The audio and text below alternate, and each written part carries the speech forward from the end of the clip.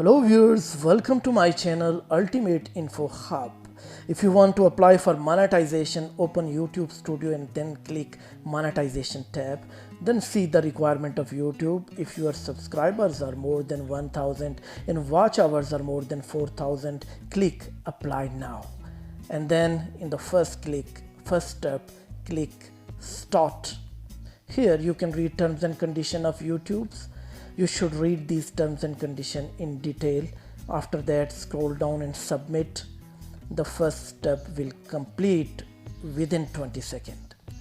After this, you can move towards the second step, in which you have to link your Adsense account. Click Start and then select the relevant option. I don't have a Adsense account, so I select this option and then click Continue. So it will ask you to log into complete Adsense account. I will log in with my Gmail account and then I will check second option. No, I don't want to receive customized email, and then I will select my country, and after that I will read the terms and conditions. Once again, terms and condition of Adsense account. It is important to read these. Then check this, yes, I have read, and click on create account. So it will show you this window. You need to click get started. I will also click this, and then I have to fill this form to make my Adsense account. In the first tab, I have to specify whether I am individual user or business user. So I am an individual user.